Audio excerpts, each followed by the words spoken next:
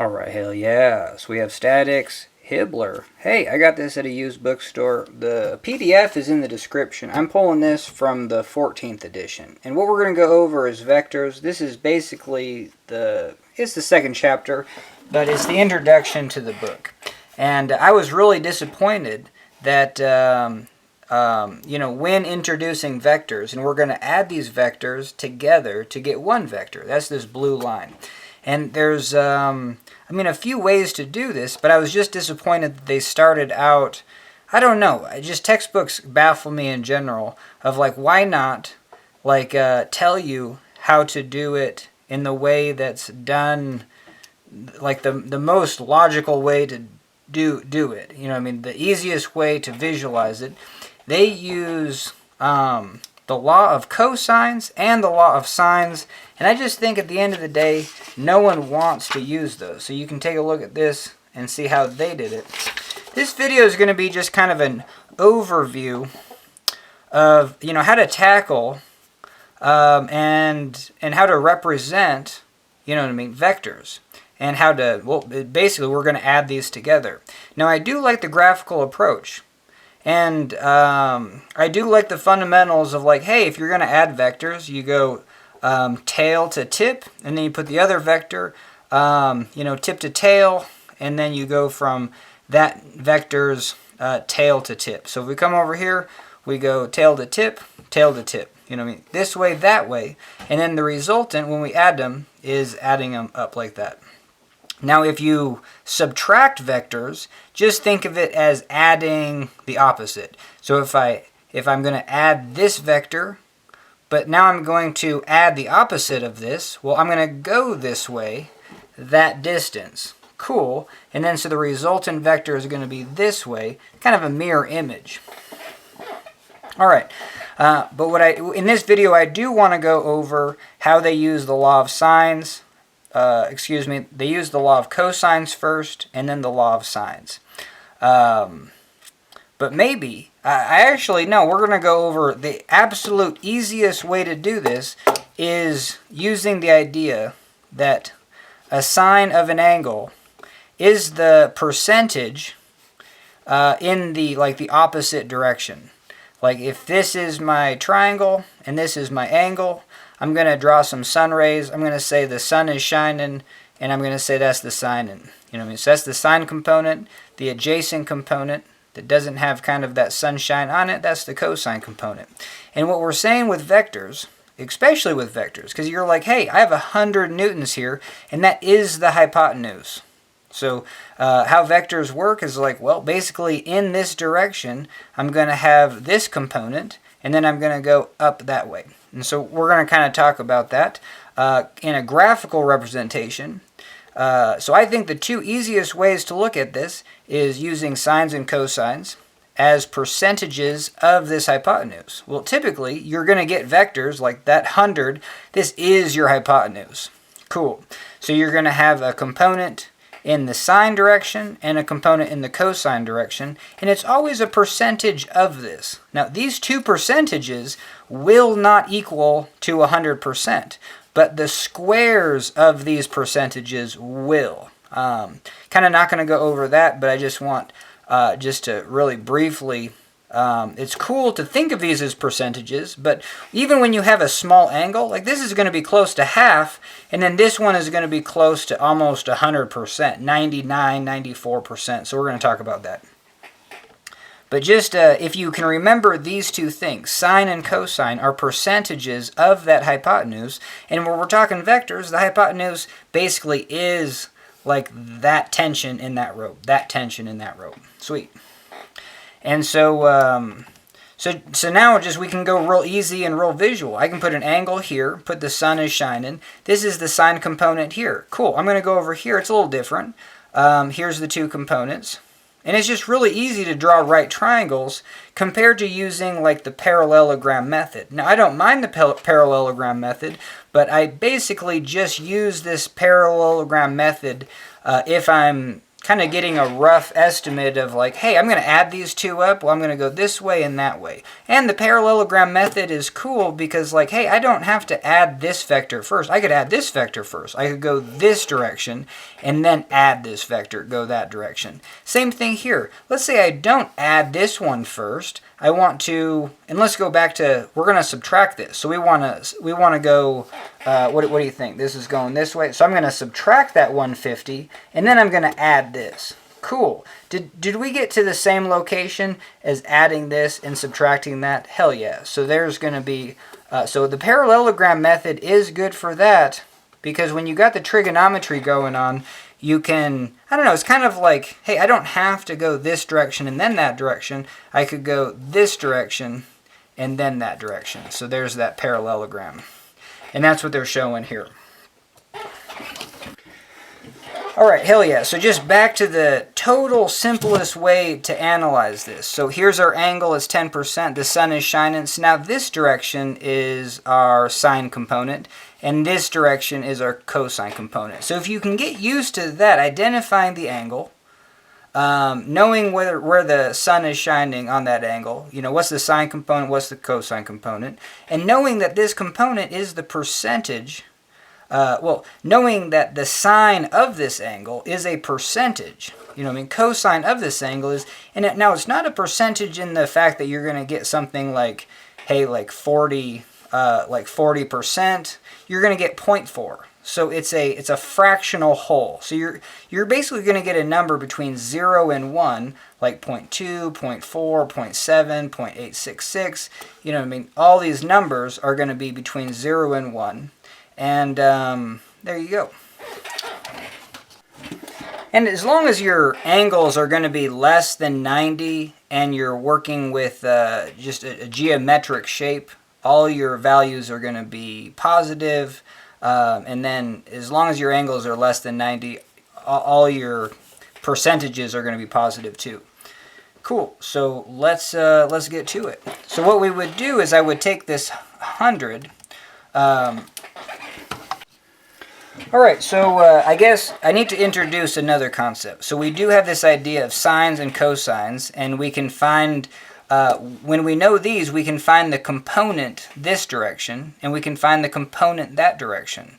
And so I think statics, the first thing they should have taught, I think they should teach this parallelogram method later. I don't know. I think it's just kind of confusing right off the bat. It feels like you're doing, you know, a tricky math problem, where it's just like, is this what I got myself into? And then they have the whole, a slew of problems related to summing forces and maybe wanting to use these methods, where it's just like, at the end of the day, it's not the easiest method to use. But now I want to introduce the idea of, we do need to know something about tangent and, what do we call it? Pythagorean's theorem. So those are the other two. So we got sines and cosines. We have this idea of tangent, and then a squared plus b squared is equal to c squared. So never forget about, anytime you're pulling out a triangle, never forget about Pythagorean's theorem. Cool. All right. So why do we need to know this? Is because we can use this percentages. I know that I'm going to know the percentage in this direction, the orthogonal directions, like this direction. And this direction. This vector has a component in this direction and that direction. And so if I'm adding them, I can add this like direction to that direction. And I can add this direction, this vertical direction, to that vertical direction.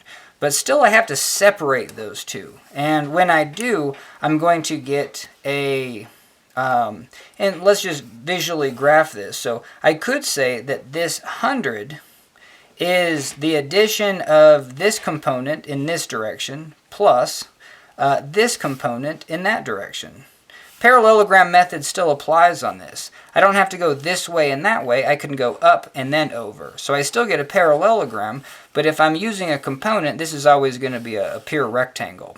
Same thing here. I don't have to go up and then over. I could go over that distance and then up. So again, we got a parallelogram. So hell yeah. So this 100 newtons in that direction is going to be this plus that. Cool. Now let's do this one. So we have that 150 up. It's going to be, that's going to equal, hey, maybe this vertical component straight up plus this little component over. Okay, and when we do these, we're gonna get something where we still have two different things. So we have, I'm gonna take this one plus this one, so it's gonna be just a little bit longer in that direction, and then I'm gonna add this one to that one, and it's gonna be just maybe a little bit longer. Cool. So let's get a little bit more paper, and then this is gonna be our final vector, but it's the components of that vector. So we have a vector that's maybe yay, and then that direction. So this is going to be our final vector. That's what we have. And just, is that kind of jive? Yeah, it's kind of in that same direction. You know, if we did everything to scale, it would look exactly like that line. So we got this. This one's probably just a little bit taller. And cool. Alright, so to do this just kind of the fast as hell on your calculator, let's grab another sheet of paper, is we're going to, I'm going to add this component, so I'm going to go 100 sine of, let's go 100 cosine 15, so that's going to be this component. I'm going to add it to 150, and then this component, that's going to be sine of 10. So if your angles are all coming from, like this angle's coming from a horizontal, so it's positive 15. If this angle was coming also from the horizontal, if we said this was 90 degrees, well, this would be our sun is shining, and it would be shining on this vertical face.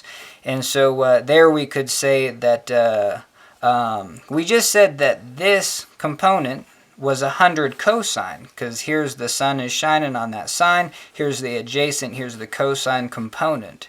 So this was 100 cosine 15. Now we could have said this is 150 cosine, but it would have to be cosine of 90. See, if this is my 90 degree, the sun is shining on this face, so this is the cosine of 90. It's going to be a percentage of that.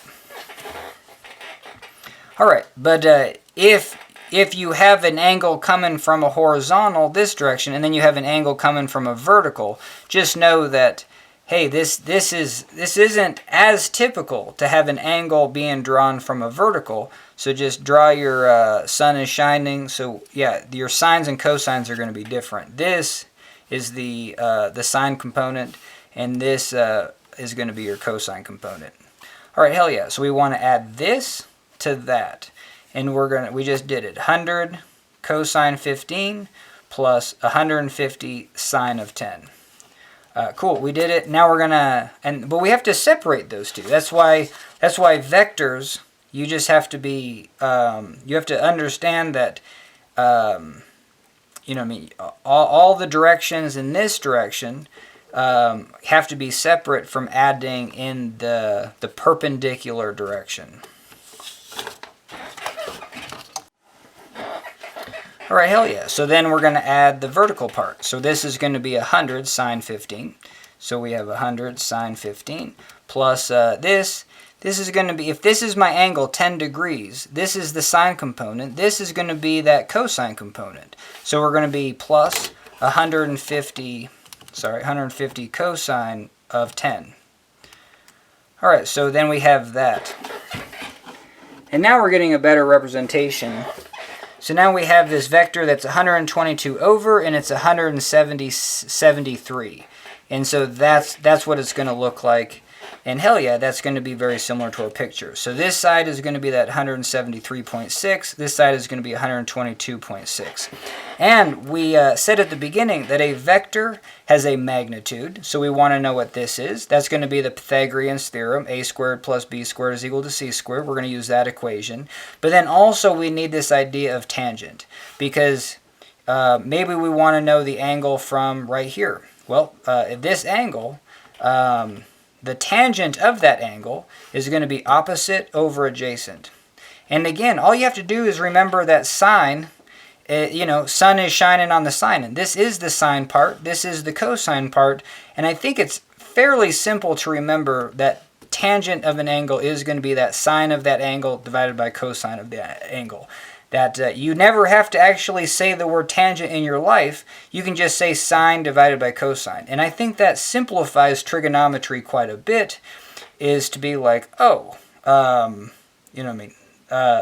this whole idea of tangent is just sine of the angle divided by cosine. You don't even have to put in tangent in your calculator. You just put sine of that angle divided by the cosine of that angle. All right, so how do we find... but maybe you do have to know that, because if the tangent of this angle is going to be 173.6 divided by 122.6, how do we find the angle? Well, we have to take the inverse tangent, and I guess you would do it of both sides, but you would take the inverse tangent of both sides. So that's going to be the angle is going to be the inverse tangent of this opposite, 173.6 divided by 122.6. And this is just a ratio, and let's talk about this. So let's just even type in this ratio first, 173.6 divided by 122.6. And even before we do that, let's talk about, hey, what is this? Because that's the next place I'm going to go, is visually looking at these problems and seeing, if you can intuit them. All right, so wait, what is the ratio here? I mean, does this look about the same size as this? Yeah, fairly close. Is this twice the length? So anytime I do trigonometry problems, I hey, maybe do this. Like, this is the larger side compared to this side, so let's just double it. Or, split it into two sections. And then, is this section smaller? Well, hell yeah. So this is not twice the size as this. So the ratio here is it's not 2, it's going to be less. It's bigger than 1, so it's in between 1 and 2. And if I say this is 1 now, hey, this is 1, so this looks like maybe 1.4. So let's do it. And we get 1.415. Hell yeah. So that's just kind of a visual representation. And I've not done this problem. So this is just using those skills to be like, that people don't do. They're just going to throw this ratio into your calculator and call it good. But it's also the opposite. If I say I have a ratio of 0.4, and that's going to be, if I have what this would say is if the tangent of this angle is a ratio of 0.4. So what does that mean? If I say I have a triangle where the tangent of this angle is 0.4, well, we got to take 0.4 as a decimal. So we're going to do 0.4 divided by 1. And so this is going to be the opposite. So maybe the opposite is... no, where did I get 0.4? Sorry, 1.4. So yeah, we were saying this was 1.4. So we're going to turn this into a ratio. So now the opposite is going to be 1.4, and this is going to be 1. So we could just draw this triangle. I could say, hey, this is 1, and this is 1, 2, 1.4 is about right there. So there's that triangle. All right, hell yeah. And so then we can find the angle of the direction of this vector. And so it's going to be inverse tangent of 173. We can actually get these precise, divided by that 122. Cool. And so we get an angle of 54.76 degrees. I think they had 54.8 for the problem. So the angle was 54.8. All right.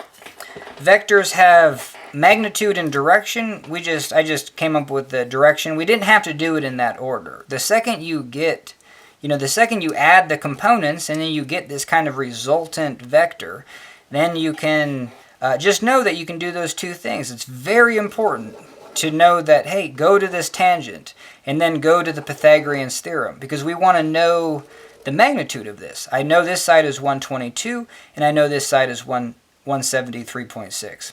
And I think this is kind of where my videos kind of shine, is because you could just, like mechanically do that, use this equation, but let's talk about it. Because how big could this be? Can we kind of estimate? And is there an upper limit of the size of this vector? This is kind of what I do. This is my guessing strategies. If I say I have a right triangle, and these are the two sides, the two components of it. We always want to find the hypotenuse, let's say. How do we guess that component? I always take a look at the larger number, and then just, I don't know, like let's say this is 174 and this is 174. And we have both of these are the same. This is the largest the hypotenuse could get. Because now I could have, if this is the larger number 174 and this is just hardly anything, and I have a triangle like that, the hypotenuse is basically approaching 174. And then the opposite, if this is 174 and then this is 0, this hypotenuse is 174. And then this is the orientation where it's the hypotenuse is going to be the largest. And, if you do this, you're going to get the hypotenuse is going to be 1.414, 1.41412.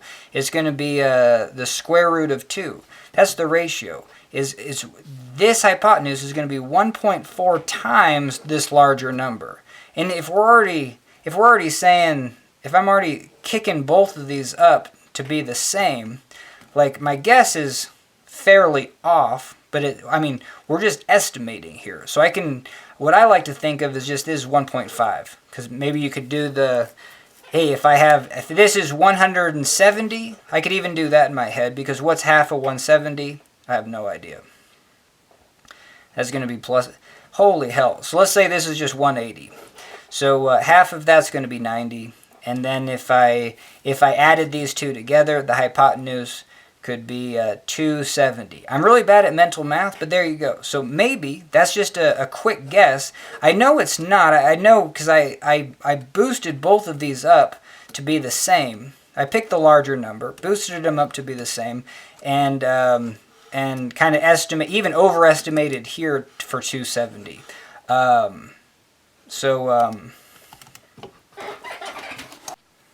But even just right here, I know that it has to be between 173 or 174 and 270.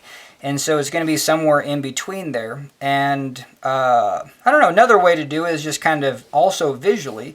If I know this is 174 and I swung this over here, well, hey, that's 174.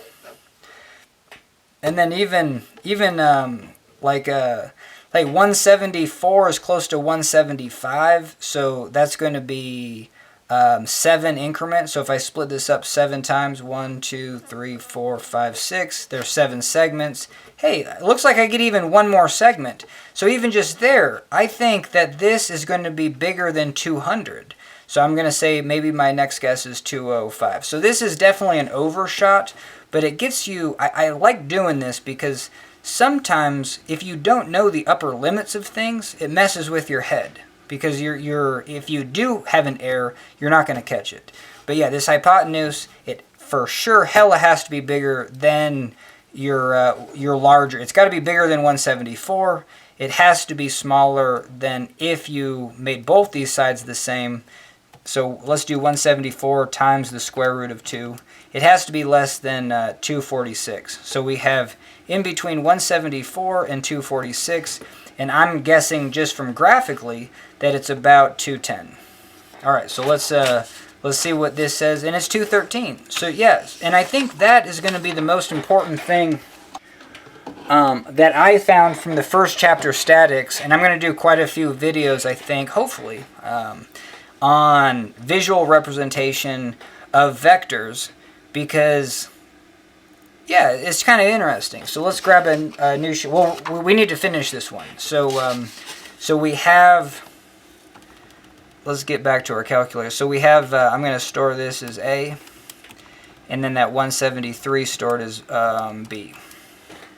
All right, so we have those two components, this component and that component. So Pythagorean's theorem says this squared plus this squared, square root that, is going to be that hypotenuse. So let's do that. So we're going to go to the square root of, well, I can just do, yeah, so this side squared, a squared plus b squared, square root of that.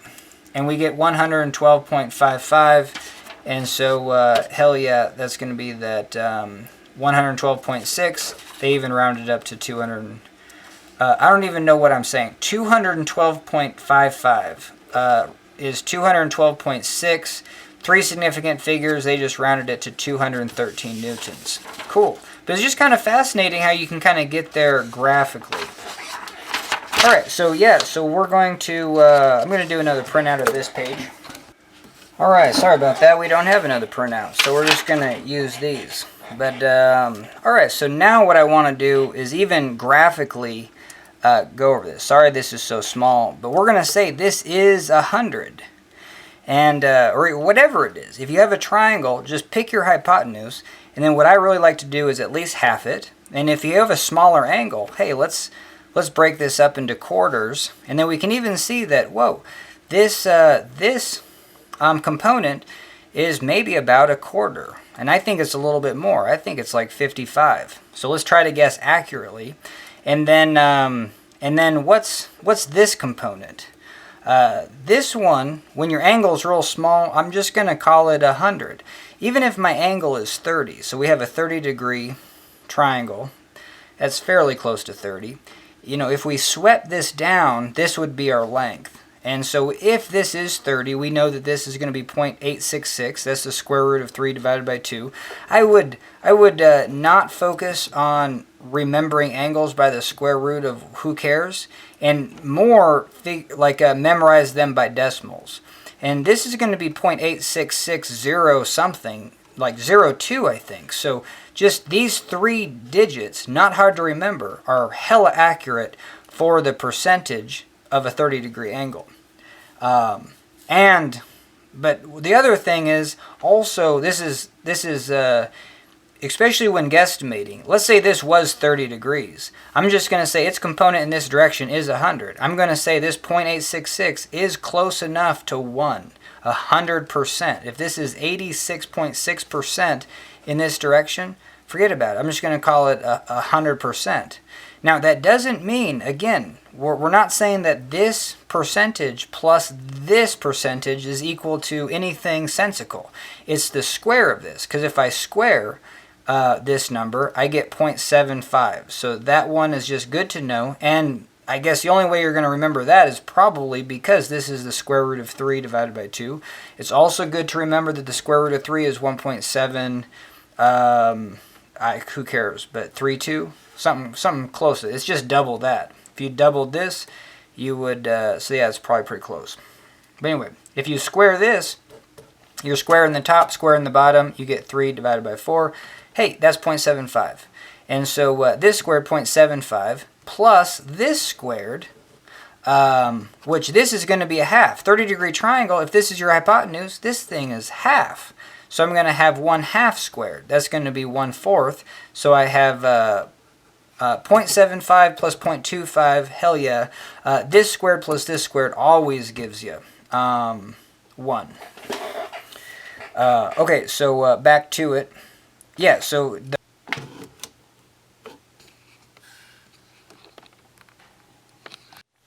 oh, hell no. My camera cut out and we went over some cool stuff, but not too much cool stuff. But anyway, so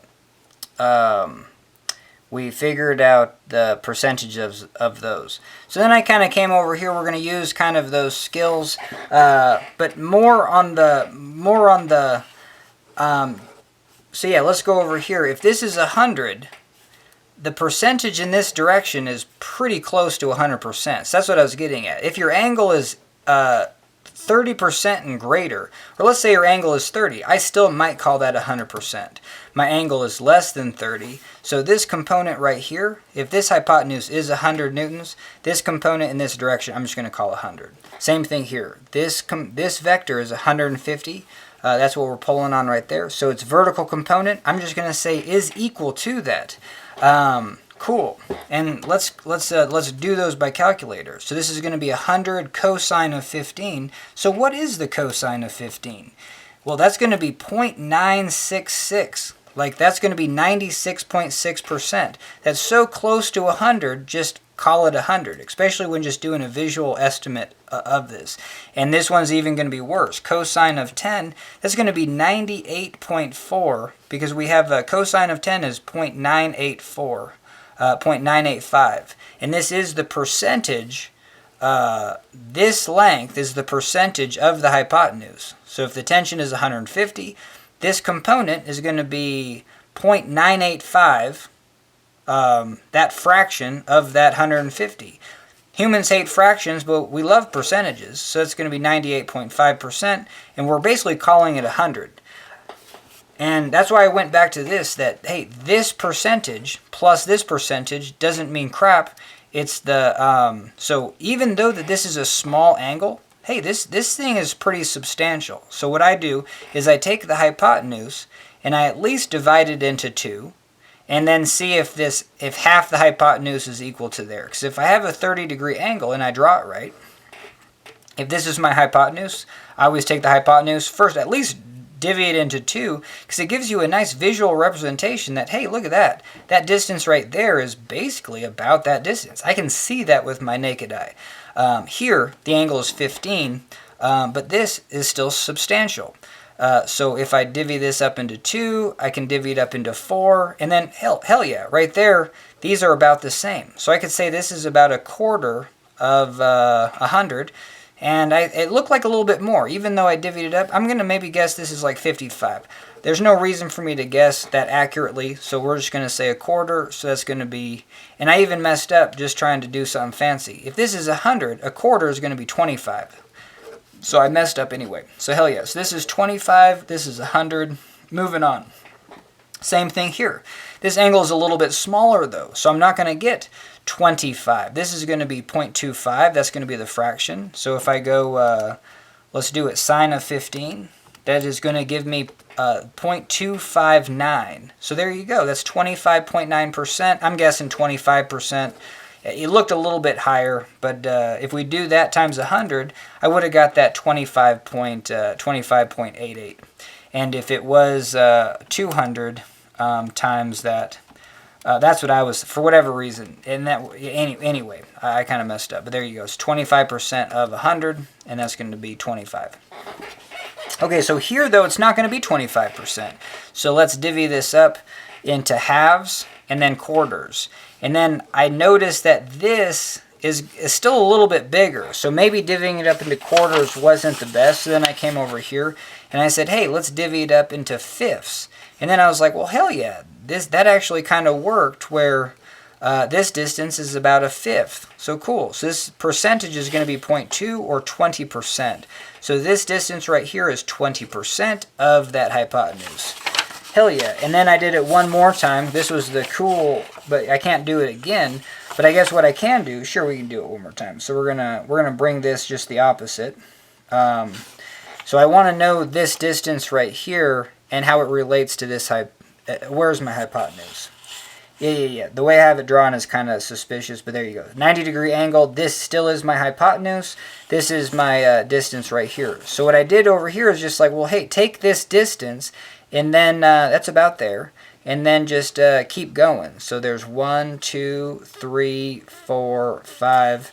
I think I did a little bit too small on that one. But over here, I said, hey, this distance right there, I got to here, there, and then finished. And so that's going to be 1, 2, 3, 4, 5. So there you go. So 5 of these add up to a hypotenuse. All right, so how does this relate to just getting, kind of a quick estimate?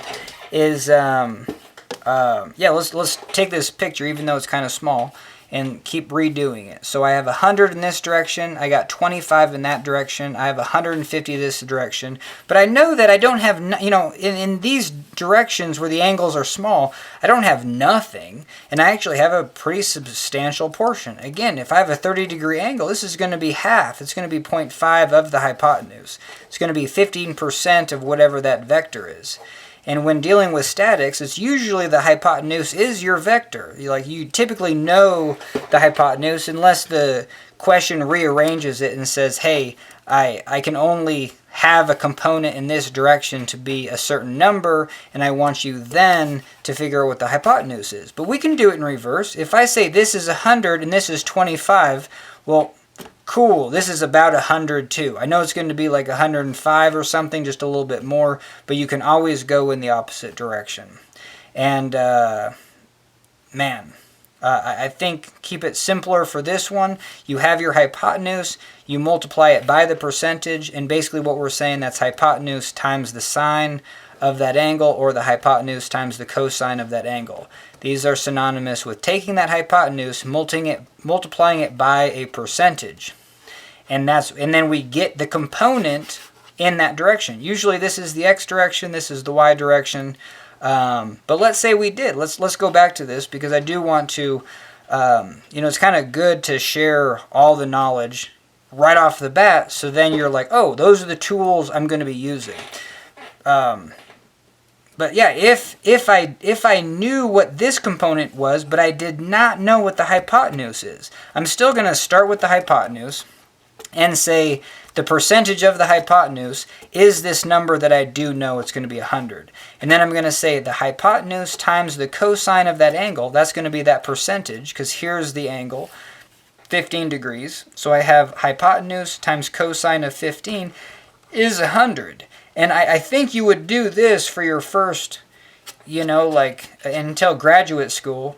No, I'm joking. But anyway, and then solve for h. You know what I mean? So then we can say the hypotenuse. In this case, if I know that this component's 100, but I don't know what the hypotenuse is, and I know that this length is 25, I know the hypotenuse has to be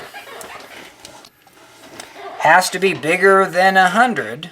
And I also know that I'm not going to do that method where I make both 100, and then this hypotenuse would be 141.42. The square root of 2 times 100. I know that's not going to be the case, but I do know that this hypotenuse is going to be somewhere between 100 and 144. It's going to be between there and 141, but hell yeah. So now, so you get this equation, and you can be like, well, h is just 100 divided by cosine 15. So that's where I kind of use the trick, is if I'm trying to find the hypotenuse, but I only know one of the sides. If I have this smaller number, what do I do to a smaller number? And then I have this angle 15, and I know that this is the cosine component. So I have 100, I have the number 100, I have the cosine of 15. I'm drilling in that cosines and sines are percentages between 0 and 100%, or they're fractions between 0 and 1. So just pick a number. Let's say I have we got 0.25. So we have 0.25, that's the fraction. So I have this number 100, I have this number 0.25, and now how do I get a larger number? Do I multiply 100 times 0.25? No. I take 100 and divide it by 0.25. You know what I mean? And I obviously don't do the opposite. I don't take 0.25 divided by 100. Or maybe I do. I don't think so. Because if you have a small number divided by a huge number, this is almost approaching 0. So hell no. The only way to get a bigger number when you have 100 and then that cosine of, that fraction, is take that component, 100, and then divide it by that fraction. So 100 divided by cosine 15 is going to be the hypotenuse. So this equation right here, I put into memory now, just because it's cool. It's kind of cool to put stuff into memory, especially as long as your trick is, I think that's a legitimate trick to be like, hey, I know the component of a right triangle, but I know the side. The side is always going to be smaller than the hypotenuse. I'm going to take that that side and then divide it by the fraction. How is this side related to the hypotenuse? Because of the angle, and it's in this case, if this is my angle, sun is shining, the side that I know is not that one, but I know the cosine component. So I'm going to say cosine of 15 degrees, and that's going to give me that bigger number. So let's do it. 100 divided by cosine 15, and we get 103. I thought it was going to be about 105. It's 103.5.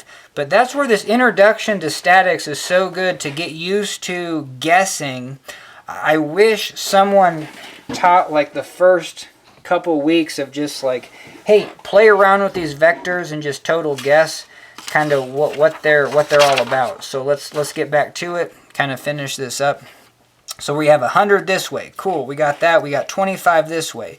I see that this is 150 in the vertical direction, but 20%. Okay, so now we have this 20% of 150. This is where my camera cut out. And this is kind of the mental math that it's kind of fun for me to do. And here's my style. If I'm taking a fraction or a decimal, multiplying, I'm taking like 20% of 150. I just think I'm in a restaurant, and I always take 10% first. So 10% of 150 is 15. Cool. So isn't 20% of 150, isn't that 30? And aren't I done? So hell yeah. So we have 30 there. And now, I guess I think, and then to finish, just don't forget about this tangent of an angle and then Pythagorean's theorem.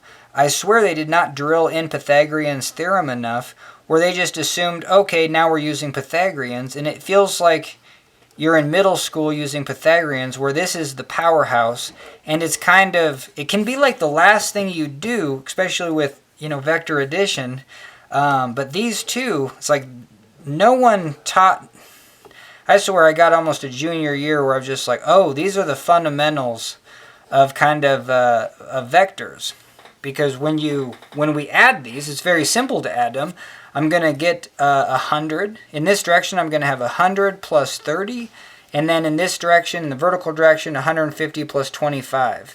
So there you go. I'm going to have 175 in the vertical direction and 130 in this. So I have 130 that way, 175 that way. Hell yeah, my angle looks like that. So if this blue arrow is what we want, this is 130, this is 175, and now Pythagorean's theorem comes in. I'm going to take 130 squared plus 175 squared, square root that, and let's see if and this is just our initial guess. You know what I mean? This is a wrong answer. But this would be, I would just come into this problem and be like, hell yeah. I just kind of want to know what the resultant is. And let's talk about angle first. We know we're going to get an answer for that fairly accurately. But now let's do angle. Angle might be a little bit harder, but still, graphical representations are pretty good. All right, hell yeah, get some more juice. But still, you kind of maybe want to simplify this. You know what I mean? Maybe this is 180 and this is 130, and now this is 18 and this is 13. I don't know. Even that's pretty crappy. Maybe this is 20 and this is 10. So maybe this is 1 and this is 2. So at the simplest, like, hey, this is 1 over and 2 up. Cool. So like maybe do that. Do I know what this triangle is? Not really. I kind of forget what this triangle would be. Let's do the 30 degree. I always kind of use the 30 degree as my platform, because if this is side 1, this is 0.5, this is 0.866. So what this triangle would say would be like, hey, this is 1, this is 0.5, and then so this would have to be like 1 point, just a little bit more. So this angle right there would be more than 30. So let's say it's 35, and then therefore this angle, if this angle was 30, this angle is 60. If this angle is 35, maybe this angle is 55. So I kind of remember that, yeah. So maybe this is close to about a 55 degree. So there you go. So there's my estimate right off the bat, saying like, hey, I have 175 and I don't know. I just kind of guessed what that is. But now we could do a little bit more accurate. We could say, let's get some more paper. We could say we have 1.3 and 1 point, you know what I mean? So let's go 1, and then let's go 1 this direction. Maybe try to do 2. It's not very good, but we have 1. So this is going to be 1.3. Ah, man, let's try to do it again. This is where graph paper works, but still, you got this. You can kind of do 1, 2, and then let's do 1, 2. So I think that's fairly accurate. I'm going to go 1. This is 1.5. So we have, let's see, 1, 2, 3, 4. So there you go. 1. So we got 1 point, wait, this is 1.5. Holy hell, this is 2. So 1.3. So there you go. So we got to there. And then this one's going to be 1.75. Oh, thank God. This is going to be a lot easier. It's going to be right to there. So there's our triangle. And yeah, we're a little bit less. You know what I mean? This is going to be 1.3, and this is going to be 1.75. And I think I drew it right. No, I did not draw it right at all. This is 1, this is 2. It's got to be right there. I totally apologize. So there's our angle. And I don't know. Yeah, it looks it looks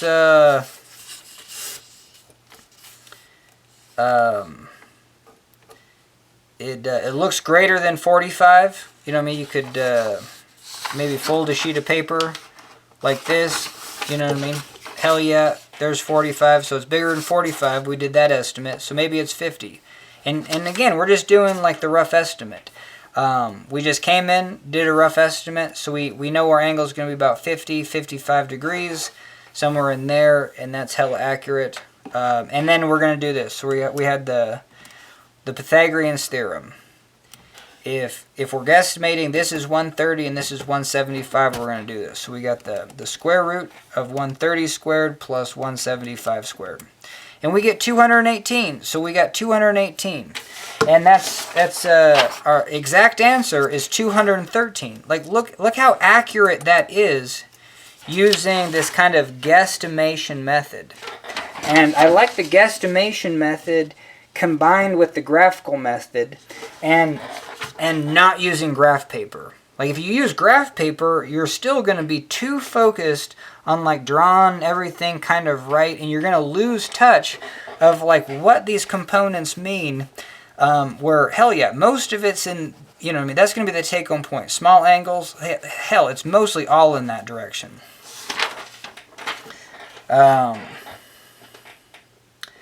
And let's we can even take this resultant and do the same thing. If this resultant is 213 newtons, what percentage is in this direction? What percentage is in the vertical direction?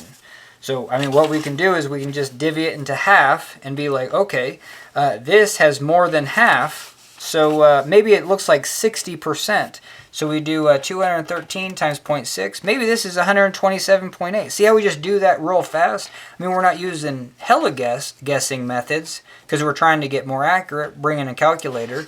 But now let's try to guess this. I don't know. This is where like you almost need to kind of swing this up. You know what I mean? Like if this was a circle, you'd swing it to there.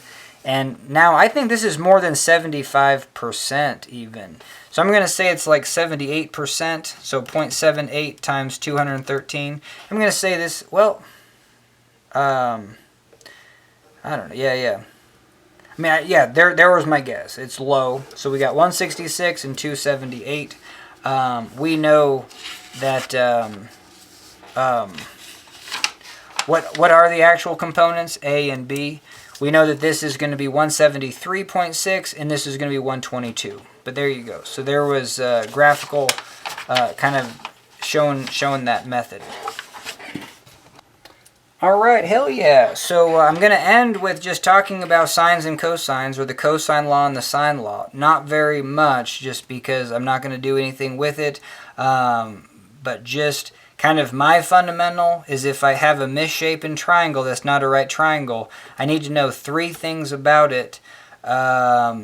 And then basically I know everything about it. There's only one scenario where if you know like A, B, and C, if I know these three sides, you know, the lengths of them, well, no, I apologize. If I know like this angle B, this angle C, and this angle A, if I just know the three angles, well, the triangle could be any size. I just know the ratio, I just know the angles. So that's the only scenario where you know three things about a triangle, but no, you do not know everything about it. But that scenario is probably never going to come up, especially when we're dealing with like vectors. You know, you always kind of know the component of something. And so and I kind of drew it opposite, the capitals and the lowercase letters. But looking at these triangles, if I know three things about this triangle, I know everything about it. So there you go. And what the law of cosine says is that what I know is I know this angle C, and I know this side and this side, but I don't know the side across from my angle. So if I get into this type of a situation, I go to cosines. And you can remember that because sines of angles are a ratio of like, hey, I know this side A and I know this angle A. Cool, I know those two, but then maybe I only know this side B right here, and I don't know what this angle B is. Or maybe I know what this angle B is, but I don't know what this side is. So we just use this idea that, hey, we have a ratio. But in this case, hey, maybe I know a side and two angles. Well, cool. Is one of the angles or one of the sides across from the angle that you know? So that is a check mark. And then so that means that if you know anything else, so let's go back to that. If I have this A and this angle A, and then I go to the third thing, it doesn't matter where the hell the third thing is. The third thing could be this side. You know, we have A, it could be this side C. Cool. Well, now you know, you can figure out what angle C is because of the law of sines. So there you go. So if just, you have to look at your triangle, and let's go back to the law of cosines. I have, let's say I'm going to call this A, and I know A and I know B. And so this, and then I know angle C. So again, here's the only angle I know, and I don't know what's across from that angle. Cool, but I do know both sides. So I'm going to use the law of cosines. Now, you're just not going to run into any other case that's different than that, because if I know two angles and a side, there's no way to know two angles and a side of a triangle. So if let's say I know both of these angles, go into that one, and I know this side. Oh, maybe I did come up with a scenario where if this is angle B, this is angle C, and I know, oh hell yeah, did I stump myself? Damn it.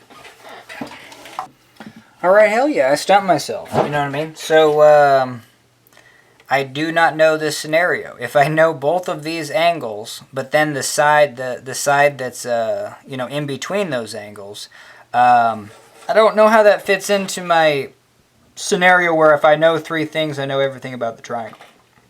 But, alright, but that's for some more videos, because what I don't want to do is ever use the law of cosines. Like this, sometimes I'm just like, hey, just use the equation. If you have an equation, and these are the things that you know, and this is the thing you don't know, cool, you got it made. You know what I mean? Same with the law of sines, but I kind of just refuse to use either of these equations without deriving them first. And you'll realize that when you derive them, you get the same. It's a slower process to get the same answer, so it's not a very good technique when doing exams. Like, you really want to know the law of sines. This can save the day in doing exams quickly. But I would rather know the fundamentals of why the law of sines and the law of cosines are just taking a weird shaped triangle that's not right triangle and making it into a right triangle. And then you're like, whoa, I have two triangles here. And that's where I get into the perspective. My axiom is like, if I know two things about a right triangle, like if I know this side A and then this side right here B, I know everything about it. If I know side A and this angle, I know everything about this triangle. And the cool thing about these problems are it's just like, then you're going to come over here and then you're like, well, I only know this side now. Like, let's say I know angle A, I know this side A and this angle. Well, I know this side and this side now.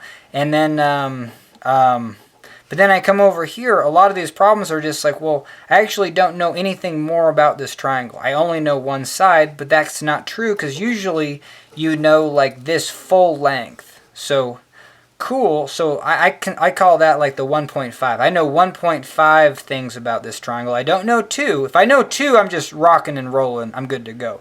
But that's where this idea of law of cosines comes in. It's just like, well, I know this side, but I know that this side is related to this triangle. It's this total distance minus a side I already know. And so, well, then I actually do know this side. So there you go. I don't know this side outright, but I do know it because it's this total length that I probably know minus something that I already know. Because this is a right triangle and I know two things about it. I know everything about it. So those are the scenarios. That's how you can do law of cosines. But law of cosines sucks, so I'm going to do more videos on that. This is kind of just a brainstorm video.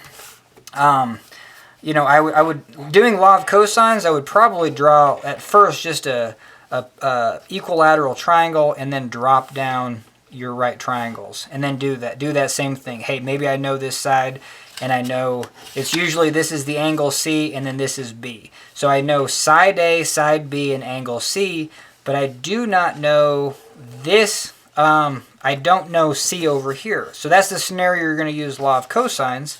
And we just went through that scenario. Now, it's never going to be as pretty as this because this angle in our problem is going to be 115 degrees. So how the hell would we draw that? We're going to draw B, and then we're going to draw 115 degrees. So this is A, this is B. And now you're just like, oh, this sucks. You know what I mean? Now C is over here. And you know what I mean? Because that's the hypotenuse is what we're trying to find. It's going to be bigger. And I guess it doesn't need to be bigger. Using the parallelogram, well, if you're adding vectors, yeah, it's always got to be bigger. Oh man, I don't want to jump around, but that's the most important thing about this video. Is just like, hey, if I'm adding this vector to this vector, well, cool.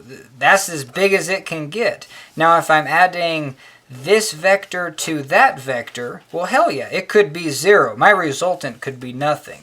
So you have this idea, vector addition, if I'm adding A plus B, whatever the bigger number, let's say it's bigger number's B, but A is pretty close. So I know that adding A and B, the biggest number that I'm ever going to get is 2 times that number. Cool. Or I could get 0. So that's my lower limit and my upper limit. And I always like to do that. It goes back to like doing the Pythagorean's theorem and being like, hey, what's the hypotenuse? Well, if these are about the same and this is, you know what I mean, whatever number and this is whatever number, this has got to be 1.4 or the square root of 2 times that number. Hell yeah. Okay, so yeah, back to here. This is going to be 115 degrees and now it looks like it sucks. So to do the cosine, and it's not intuitive, but you drop down, you make this your triangle. So hell yeah, your right triangle was inside this, you know, nice little triangle. But when your angle is going to be more than 90, your right triangle is outside that.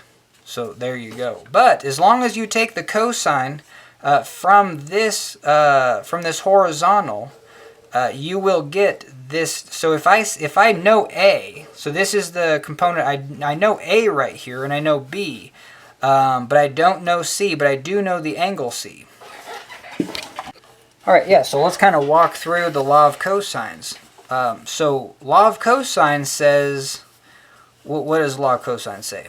Law of cosines says that I know, so this triangle right here, I know its angle and I know an angle and a side. So I know everything about this triangle. It's just funky because over here it's just like, oh, okay, here's the angle and here's the side of this triangle, where the angle is inside the triangle. And you're just like, hell yeah, I know everything about this. Know two things about this right triangle, I know everything about it. But just because my angle's over here, so the first component that I'm going to know about this, maybe is like over here, if the sun is shining, this is the sine component. Even though we're doing law of cosines, it's just still good to know. If I know two things about a right triangle, I know everything about it. So what would this component be? It would be the hypotenuse times the sine of this angle. It's the hypotenuse times that percentage, and the percentage is the, sines and cosines are percentages. And so here's the angle, sun is shining. This is the sine component. This is the percentage. Sine of that angle is that percentage. Sorry about that. Cosine of that angle is that percentage. It's the percentage of this hypotenuse A. That's going to be that dimension. So same thing over here. If I take this hypotenuse A and multiply it by the sine of C, even though C is sine of 115 degrees, well, it's just the nature of how the sine function works in your calculator. If here's my angle, this vertical component is the sine function. If go up, and if I cross 90, hey, this is still the vertical component. And your calculator will work where if this is sine of 30, let's say this is sine of 115. It's going to pop out positive numbers until you get to a number bigger than 180 degrees. If I get to 190 degrees, well, there you go. The sine component is going to be below the positive vertical axis. So here's the negative axis, and sine of 190 is going to be a negative component. Same thing with cosine, and that's going to be the take-home point when it comes to figuring this stuff out, is, if I have, back to this angle, if this is my angle C, and I say cosine of A, that's going to be this dimension right here. But now let's say, and then here, this is my axis. So I'm going to say this is positive X, this is positive Y. Here's the origin, this is negative X, this is negative Y.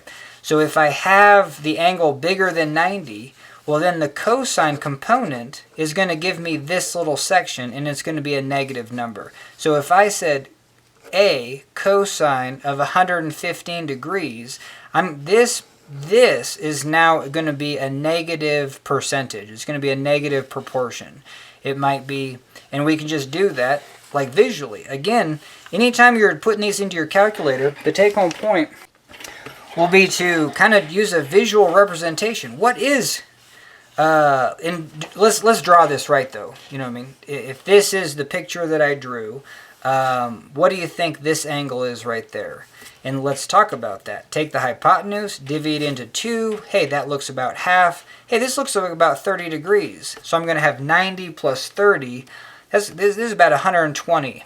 So I have it fairly, I got it drawn fairly accurately. Not the best. But yeah, back to this picture. This is 115 degrees. Actually, it's pretty damn close. So there you go. So that's exactly what it's going to look like. This is 115 degrees.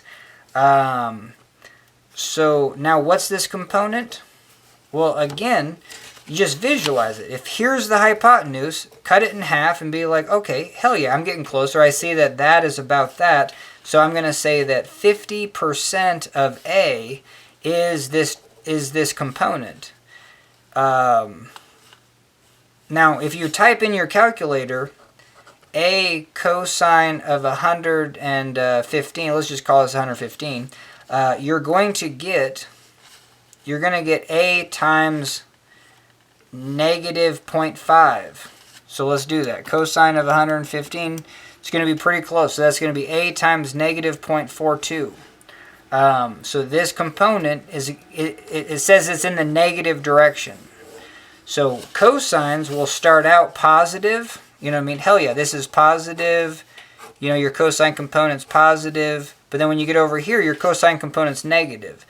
And then if you did 180, well, your cosine component's still negative. This is your cosine component. You'd have to get all the way past 270, get to 280, 290. Then your cosine component is going to be positive. So cosine component starts positive, then goes negative, negative, and then back to positive. Where your sine component is going to be, hell yeah, I'm positive. Even over here I'm positive, and then I'm negative, negative. So that's going to be... but yeah, I mean, there is a way around that to be just like, oh man, I know from 8th grade that if I know this angle, hey, I want to know this triangle. Well, this angle right in here, I'm just going to call it phi instead of theta. This is just going to be 90 minus c. So this is going to be, it's going to be 180, straight line, 180 minus 115. 180 minus 20 would be 60. It's going to be 65. So there you go. So this angle would be 65, and now I know the hypotenuse, and I know this angle. Now I know everything about this triangle. So A times cosine of 65 is the same thing as A. So let's do that. So if I have 180 minus 115, yeah, that's 65. So cosine of 65 is the same thing as cosine 115. So there you go. It's just a sign change though, because the second I have, I'm starting this angle from here, from this horizontal, and then there you go. That'd be a positive number. All right, hell yeah. So let's do that law of cosines. The harder direction, 115. The angle is out here. I know this side A, I know this side B, but I want to know C, and I know this angle is 115, whatever.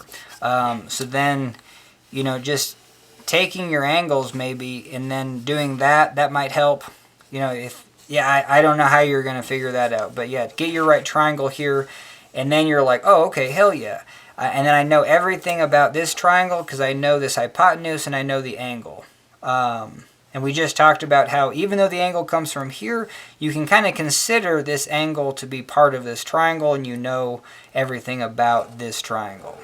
What you're trying to find, what are you trying to find? Because it is kind of fascinating. You still don't underestimate Pythagorean's theorem that, hey, we have a bigger right triangle here. And then, hey, see, look at this. I mean, that's the first thing that should really pop out. If I knew this side right here and I knew this side right here, I could take this side squared plus this side squared and square root all that, and that would be C. You know what I mean? So that's essentially what the law of cosine says. And it's just so fascinating that you get into the weeds and no one teaches you the strength of the Pythagorean theorem is like it's the overall, like, it's the reason, I don't know, it's the reason why you make right triangles. You're just like, okay, hell yeah. So we know everything about this triangle. Hey, I already know this side because of that. Because of that axiom that if I have a right triangle and I know two things about it, I know everything about this right triangle. So there you go. And so that's where even the law of sines, even though we're using, we're kind of deriving the law of cosines, well, right there is just like, well, don't I take this hypotenuse? Isn't this the angle?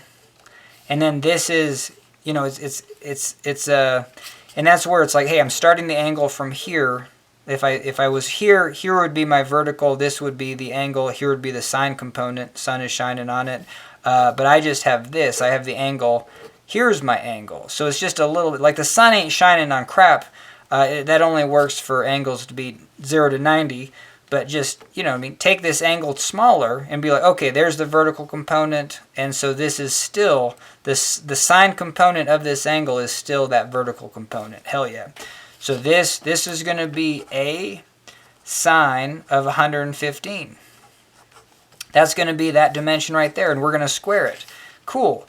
And now we need to figure out this dimension. Well, I know this, I only know this dimension B right here, but hell yeah, I know this dimension right here. This dimension right here is going to be a cosine of 115, but this is where you just don't want to run into any issues, is because you're basically saying that this is your positive, this is going to be negative. This is your origin. So if we start here, cosine thinks that it's going to be a negative distance. I mean, one way to do it is just take the absolute value. You could say a cosine of 115, but just the absolute value of that is going to be that dimension, and I'm going to add that to b. And then cool, you have that dimension, and then so square it. You know what I mean? Like how simple is that? But it is kind of nice to know that, hey, cosine, back to just drawing your angle. If this is my angle, here's my cosine component, make the angle past 90, and so there you go, angle bigger than 90. This cosine component, cosine of this angle, is going to give me a negative number. So then what I would have to say is I would have to say negative a cosine 115 plus b. So putting a negative here makes this whole thing a positive number. Cool. And then square it. And then so like that's it. We know everything. Why even write such a horrendously looking stupid equation? I despise things that are overly complicated. When trigonometry is all about drawing right triangles, and you should never stop drawing right triangles and just and look at it and drive it yourself. Especially if you were just like, okay, I know that side and this angle, and sure, that's where that axiom that I'm trying to come up with axioms is like, well, yeah, this angle I know, but I don't know these. If I knew the opposite side, hell yeah, that's screaming law of sines. If I know an angle and then the opposite side of at least one of the angles. But I don't. I know this side, and the angle that I know is opposite of something I don't know. So that screams law of cosines. But screw law of cosines. Just draw your triangles and derive it. But I don't know. I'll try to get better at identifying triangles that aren't right triangles, seeing that I know this side, and this angle, and then just being like, well, it's also a good skill just to be like, look up the law of cosines and then just plug in the numbers and be satisfied.